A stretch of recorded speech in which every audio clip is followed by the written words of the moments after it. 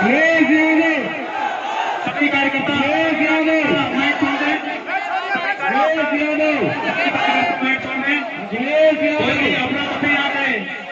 कोई भी कार्यकर्ता अपना तफी ना करे।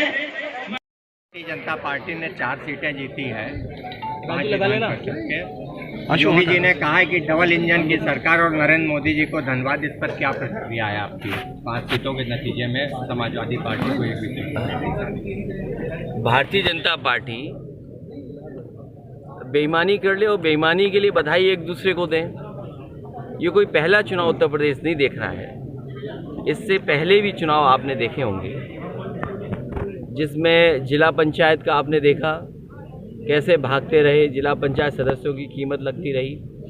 ब्लॉक प्रमुखी का चुनाव देखा जहां पर्चे तक नहीं भरने दिए।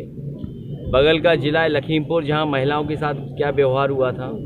उसके बाद एमएलसी का चुनाव था, उसमें भी आपने देखा कि जिलाधिकारी और कप्तान दोनों मिलकर के चुनाव लड़ रहे थे। पूरा प्रशासन लगा था। क्या उम्मीद करते हो आप उत्तर प्रदेश में इस तरह के चुनाव फेयर हो पाएंगे? हालांकि चुनाव जो हुए हैं और जो चुनाव का परिणाम आया है उसमें मुझे कुछ नहीं कहना। भारतीय जनता पार्टी की सरकार है, उसका काम करने का तरीका यही है कि जो मतदान अपनी इच्छा से देना चाहेगा वो भी नहीं डाल पाएगा। हालांकि मैं आज एक पारिवारिक कार्यक्रम में शामिल होने आया हूँ। पहले तो परिवार को मैं बधाई देता हूँ। कार्यक्रम कल था लेकिन आज आने का मौका मिल पाया, तो मैं आज शामिल होकर के परिवार के लोगों से मिल रहा हूँ। साथ ही साथ मैं हरदोई के कार्यकर्ता जहाँ से एक्सप्रेसवे से उतरा हूँ और इस गांव तक पहुँचा हूँ, मुझे जगह जगह कार्यकर्ता नेता मिले, मैं उनको बधाई और धन्यवाद देता हूँ। साथ ही आपको चिंता इस बात की होनी चाहिए कि ये जो गंगा एक्सप्रेसवे बन पाएगा कि नहीं बन पाएगा। और एक कंपनी जो दावा करती थी अभी कुछ दिन पहले तक कि 70,000 करोड़ का इन्वेस्टमेंट करेंगे, और आज जिन्होंने चीज़ें जानी होंगी, जो मालिक दुनिया के नंबर 2 पे था, हम आप सब उम्मीद लगाए थे कि हो सकता है 24 तक वो नंबर 1 पर पहुंच जाए। आज सोचो 20 की सूची से भी बाहर हो गया। सवाल वैल्यूएशन का नहीं है कि वैल्यूएशन कहाँ से कहाँ हो गई, किस कंपनी की वैल्यूएशन क्या से कहाँ पहुंच गए हम। जिन लोगों ने पैसा लगाया था उनके पैसे का नुकसान कितना हुआ होगा। एक व्यक्ति, कंपनी तो 20 से बाहर हो गई सूची में, लेकिन जिन्होंने पैसा लगाया होगा उनका क्या नुकसान हुआ होगा। और फिर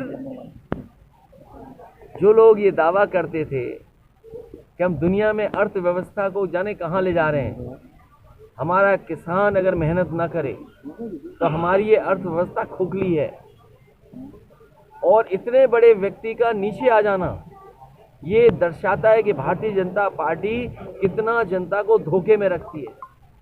नोटबंदी आपने देखा, धोखा था। जीएसटी धोखा।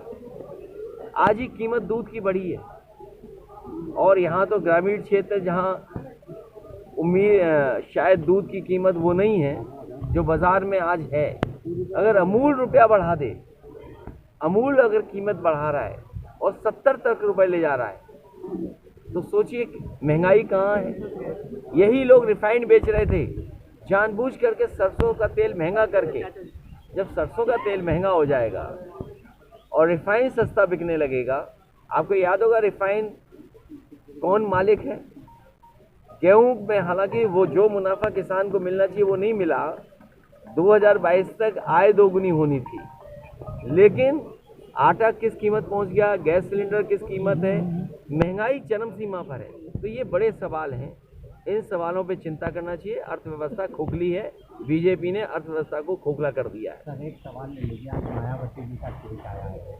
उन्होंने ये कहा है कि रामचरित व मनुस्मृति आदि ग्रंथ नहीं बल्कि भारतीय संविधान है, जिसे बाबा साहेब डॉक्टर भीमराव अम्बेडकर ने इसमें शूद्रों की नहीं बल्कि एससी व ओबीसी की संज्ञा दी है। इन्हें शूद्र कहकर सपा इनका अपमान कर रही है, संविधान की अवहेलना न करे। साथ में उन्होंने 95 का भी जिक्र किया है कि लखनऊ स्टेट गेस्ट हाउस में जो घटना हुई थी उसमें सपा को अपने गिरेबान में भाग के देखना चाहिए, जब एक दलित की बेटी पर सपा सरकार ने जानलेवा हमला कराया। ये मेरे पत्रकार साथी बीजेपी की होशियारी हम ही नहीं समझ पाया। बीजेपी होशियार पार्टी है। वो जो जवाब नहीं देना चाहती है, कभी कभी दूसरे दलों को आगे करती है। जहाँ तक सवाल संविधान का है, हमने भी 26 तारीख का अगर स्टेटमेंट देखेंगे, 26 जनवरी का गणतंत्र दिवस के दिन ये कहा कि हम समाजवादियों के लिए सबसे बड़ा धर्म अगर कोई है तो हमारा संविधान है। हम इस लोकतंत्र की पूजा करते हैं और संविधान जो हमें अधिकार देता है वो अधिकार छीने जा रहे हैं। संविधान में कहाँ कहाँ भेदभाव करें हम? संविधान ने कहाँ कहा है कि धर्म को ऊंचा नीचा दिखाएं? हमारे बाबा साहब भीमराव अम्बेडकर जी ने, डॉक्टर राममनोहर लोहिया ने जो आंदोलन चलाया, जो लड़ाई लड़ी, क्या उसके तहत हमें अधिकार मिल रहे हैं? बीजेपी वही अधिकार छीन रही है और लोगों को अपमानित कर रही है। ये भारतीय जनता पार्टी के इशारे पे कई दल समय समय पर बाहर निकल करके आते हैं। आजकल बाबाओं का बड़ा स्कोप चल रहा है। आज बाबा रामदेव का भी कल एक राजस्थान में बयान आया। उन्होंने कहा कि इस्लाम धर्म का मतलब है सिर्फ नमाज पढ़ना, मुसलमानों के लिए सिर्फ नमाज पढ़ना जरूरी, और नमाज पढ़ने के बाद कुछ भी करो सब जायज़ है, चाहे हिंदुओं की लड़की उठा लो, चाहे आतंकवादी।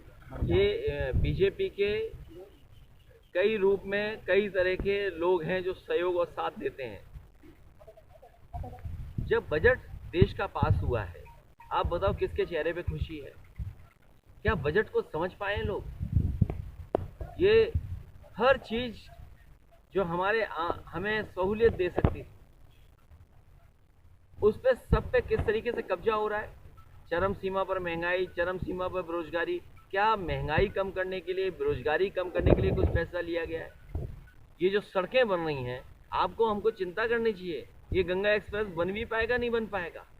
आपके बिल्कुल जिले से निकल के जा रहा है। सोचो ठेका किसके पास था। और देखिए, बाबा रामदेव जी के लिए चिंता इसलिए मत करिए, वो योग अब नहीं सिखा रहे, योग नहीं सिखा रहे, वो व्यापार कर रहे हैं। मुझे उम्मीद है कि वो उत्तर प्रदेश में अच्छा व्यापार करेंगे। तेल, घी, बिस्किट, पाउडर, नमकीन वो अच्छा बेचें। सर, यूपी में इन्वेस्टमेंट समिट की जा रही है निवेश के लिए। ये इन्वेस्टमेंट मीट पहले भी धोखा थी और फिर धोखा होने जा रहा है। और आज अगर अखबार आपने पढ़ा होगा, मुख्यमंत्री जी ने कहा कि हमने 75% जमीन पर ले आए। तो इसका मतलब ये हुआ कि लगभग 5 लाख करोड़ और उसका 75% जमीन पे आ गया। तो हरदोई के लोगों बताओ, जो समाजवादी सरकार में आपके कारखाने लगे थे संडीला में, उसके अलावा एक कारखाना आगे लगाओ तो बता दो आप। एक कारखाना लगाओ हरदोई में, एक कारखाना कन्नौज में लगा हो। तो ये केवल जनता को गुमराह कर रहे हैं, अखबारों के माध्यम से, टीवी के माध्यम से अपनी बात को पहुंचाने का काम कर रहे हैं और केवल झूठ बोल रहे हैं। योगी ने कहा है कि अखिलेश परिवार के बारे में सोचते हैं और जो कुछ मिलता है उसको परिवार को। ये योगी जी ने कब कह दिया? अगर योगी के मुंह से ऐसी बात निकल रही तो मुख्यमंत्री हो, क्यों मुख्यमंत्री बने बैठे हो? हटो उस कुर्सी से।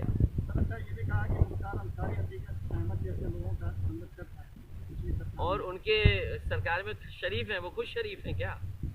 आप याद कीजिए, ये मुख्यमंत्री जी वो हैं जिन्होंने अपने खुद के केस वापस लिए, डिप्टी सीएम के वापस लिए। इन पे क्या मुकदमा था और डिप्टी सीएम पे क्या मुकदमा था? तो ऐसे मुख्यमंत्री को दूसरों के बारे में कहने का अधिकार नहीं है। कानून है, संविधान है और मुझे उम्मीद है कि कानून से उन्हें न्याय मिलेगा, न्यायालय से।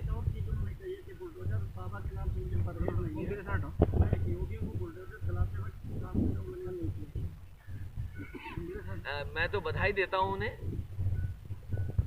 कि अभी अमेठी के बाजार पे उन्होंने चलाया, मैं उन्हें बधाई देता हूं। इसी तरह बाजारों में अगर चलाओगे तो शायद सड़कें चौड़ी हो जाएंगी। एक प्रश्न का उत्तर उन्होंने और दिया है कि भारत का मूल धर्म सनातन ही है। सनातन में सभी धर्मों का सहयोग किया गया। देश में पहली मस्जिद हिंदू राजा ने बनवाई थी। मुसलमानों पर जब संकट आया तो हिंदुओं ने बचाया। तो हम कहाँ गलत कहते हैं? आप अयोध्या में जो भगवान हमारे हनुमान जी के हनुमानगढ़ी है, उसके लिए नवाबों ने ज़मीन दी थी।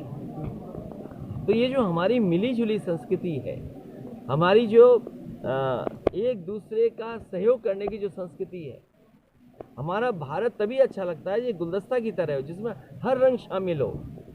ये तो समाजवादियों की बातें करने लगे, क्या बात है? लगता कुर्सी से हटने वाले तो नहीं है। आज सिख समुदाय के लोग समाजवादी पार्टी कार्यालय पहुंचे और वहां पर रामचरितमानस। मुझे उम्मीद है कि सिख समाज के लोग थार में बैठ करके लखीमपुर में भी जाएंगे और बीजेपी के इशारे से नाकाम करें। बीजेपी के कार्यालय में थार लेकर पहुंचें और जो आईपीसी की किताब है उसको लेकर के जाएं कि उसके तहत कार्रवाई हुई है बीजेपी के लोगों पे कि नहीं हुई है।